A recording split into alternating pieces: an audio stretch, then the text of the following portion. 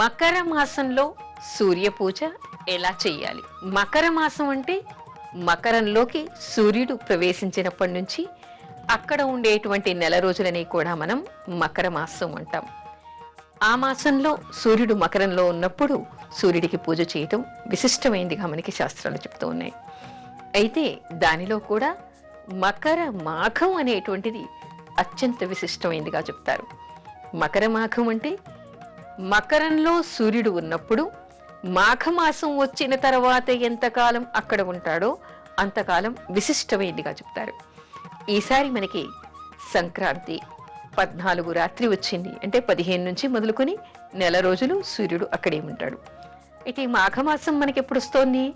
మాఘమాసం మనకి 23వ తారీఖున వస్తోంది. ఇక్కడ మకర మాసం అంటే సౌరమానాన్ని అనుసరించి మనం చెప్పుకుంటాం. మాఘమాసం అంటే చాంద్రమానాన్ని అనుసరించి మనం చెప్పుకుంటాం. చంద్రుడు పౌర్ణిమ రోజు మఖా నక్షత్రంలో ఉన్నప్పుడు ఏర్పడే మాసానికి మాఘమాసం అనేటువంటి పేరు. అయితే మాఘమాసం మనకి ఎప్పుడు ప్రారంభం అవుతోంది? ఈసారి 23వ తారీఖు ప్రారంభం అవుతోంది.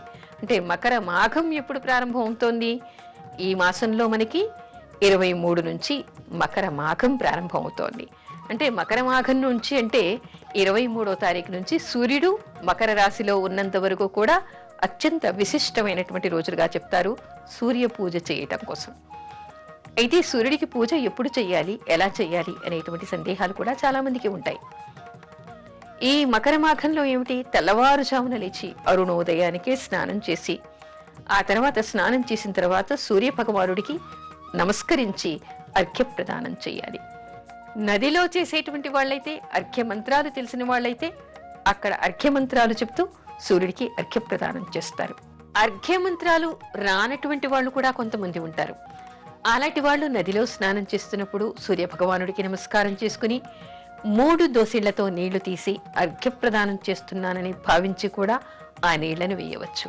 ఇంట్లో స్నానం చేసేవాళ్ళు ప్రయాగను తలుచుకుని స్నానం చేసిన తర్వాత పొడి గుడ్డలు కట్టుకోవాలి. అంటే పొడి బట్టలు పరిశుభ్రమైనటువంటివి వేసుకోవాలి. మొట్టమొదటిగా ఇంట్లో దేవుడికి దీపారాధన చేయాలి. ఆ తరువాత సూర్య భగవానుడికి ఎదురుగా నిల్చుని అభిముఖంగా నిల్చుని నమస్కరించాలి. నమస్కరించిన తర్వాత అర్ఘ్య ప్రదానం చేయాలి.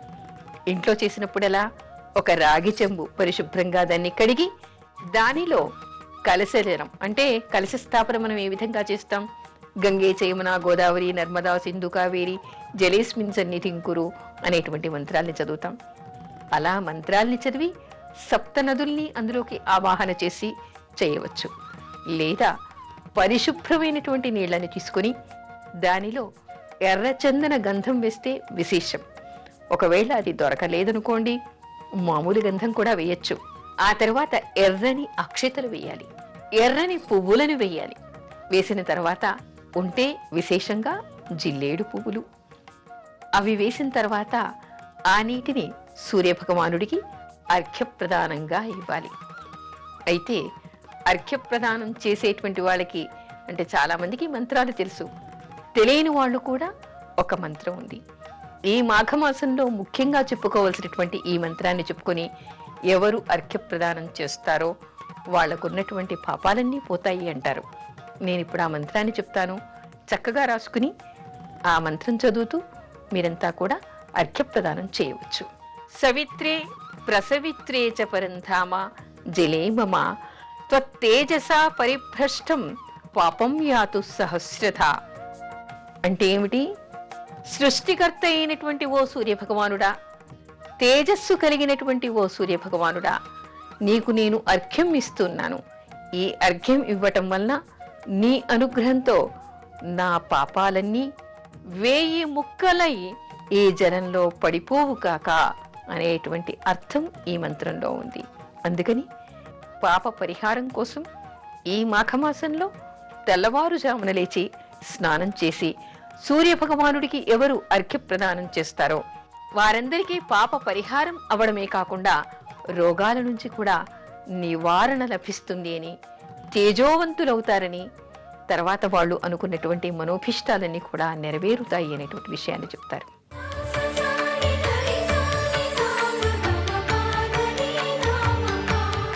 ఆదివారం అమావాస్య రోజు పాటించవలసినటువంటి నియమాలు ఏమిటి?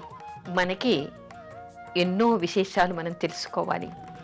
అదేమిటి అంటే ఆదివారం, అమావాస్య, వ్యతిపాతాయోగం, శ్రవణ నక్షత్రం వస్తే అర్ధోదయం అంటారు. అర్ధోదయం అంటే ఇది అత్యంత విశిష్టమైనటువంటి యోగంగా చెప్తారు. కోటి సూర్యగ్రహణాలకి సమానమైనదిగా చెప్తారు. మామూలుగా చేసేటువంటి దాన స్నాన జపాదులకన్నిటికంటే కూడా ఒక గ్రహణ కాలంలో చేసేటువంటిది మనకి అత్యంత విశిష్టంగా 1000 రెట్ల ఫలితాన్ని ఇస్తుంది అని చెప్తారు.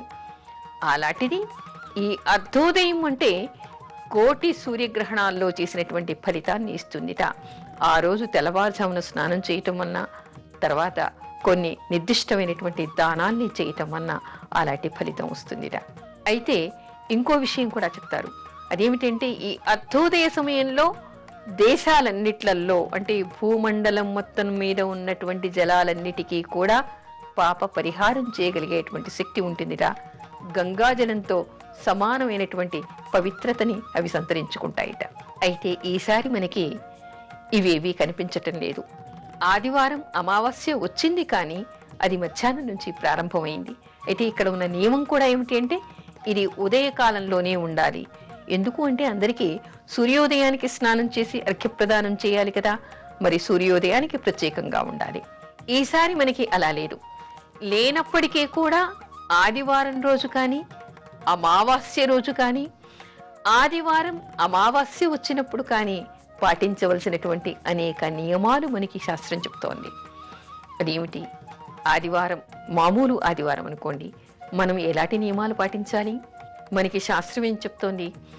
ఎవరైనా సరే ఆదివారం రోజు, ముఖ్యంగా రోజు చెప్తారు, అందులో ముఖ్యంగా ఆదివారం, ఎవరైనా సూర్యోదయం తర్వాత నిద్రిస్తే బ్రహ్మహత్యా పాతకం వస్తుంది అనేటువంటి విషయాన్ని చెప్తారు.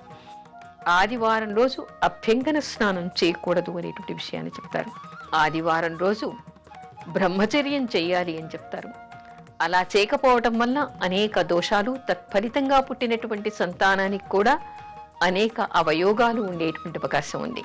అంతేకాదు ఆదివారం రోజు మధ్య మాంసాన్ని సేవించటం వలన కూడా మరో జన్మలో దరిద్రం వస్తుంది అనేటువంటి విషయాన్ని చెప్తారు. అయితే అమావాస్య రోజు ఏం పాటించాలి, ఆదివారం అమావాస్య వస్తే ఏం పాటించాలి అనేటువంటి విషయాన్ని కూడా మనం తెలుసుకోవాలి. అమావాస్య వచ్చిందనుకోండి, అమావాస్య రోజు ప్రత్యేకంగా ఏమిటంటే మగవాళ్ళకి తండ్రి లేనటువంటి వాళ్ళు తప్పనిసరిగా పితృతర్పణం చెయ్యాలి. వాళ్ళు స్నానం చేయాలి, పితృతర్పణం చేయాలి. నువ్వులతో పితృతర్పణం చేసి బ్రాహ్మడికి భోజనం పెట్టాలి.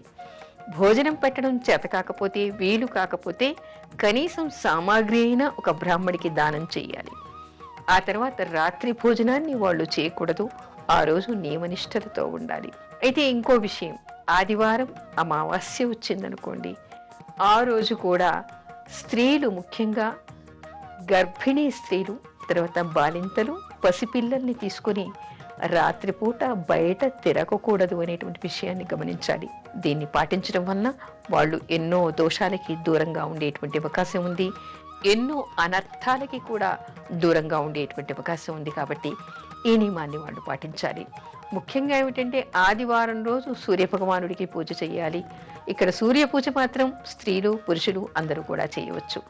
ఇలాంటి నియమాలన్నింటినీ పాటించడం వలన ఎన్నో దోషాలకి వీళ్ళు దూరం ఉండేటువంటి అవకాశం ఉందని గమనించాలి.